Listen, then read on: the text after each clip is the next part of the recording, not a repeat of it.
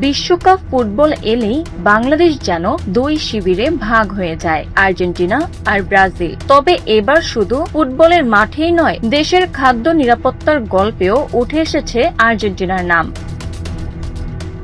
4 বছর আগে Russia Ukraine যুদ্ধ শুরু হওয়ার পর বদলে যেতে থাকে বাংলাদেশের গম আমদানির চিত্র। আর সদ্য শেষ হওয়া 2025-26 অর্থ বছরে ঘটেছে বড় এক পরিবর্তন। ইতিহাসে প্রথমবারের মতো রাশিয়া ও ইউক্রেনকে পেছনে ফেলে বাংলাদেশের সবচেয়ে বড় গম সরবরাহকারী দেশ এখন আর্জেন্টিনা। গত অর্থ বছরে বাংলাদেশ মোট 74,34,000 টন গম আমদানি করেছে, যা দেশের ইতিহাসে সর্বোচ্চ।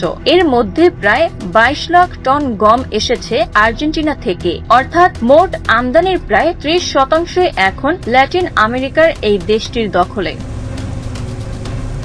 একসময় বাংলাদেশের গমের সবচেয়ে বড় ভরসা ছিল রাশিয়া ও ইউক্রেন, কিন্তু যুদ্ধের কারণে সরবরাহে অনিশ্চয়তা তৈরি হওয়ায় ব্যবসায়ীরা বিকল্প উৎসের খোঁজ শুরু করেন। সেই সুযোগেই দ্রুত জায়গা করে নেয় আর্জেন্টিনা। শুধু তাই নয়, এবার দেশটি থেকে গম আমদানি করেছে 46টি বাংলাদেশি প্রতিষ্ঠান।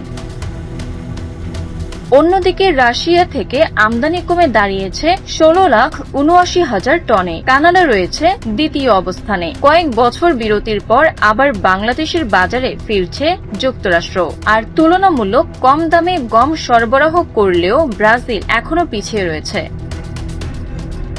ফুটবলের আবেগে বাংলাদেশে আর্জেন্টিনার জনপ্রিয়তা নতুন কিছু নয়, তবে এবার মাঠের গোল নয়, কোটি মানুষের রুটির যোগানেও সবচেয়ে বড় অবদান রাখছে সেই আর্জেন্টিনাই। Bangla affairs news desk.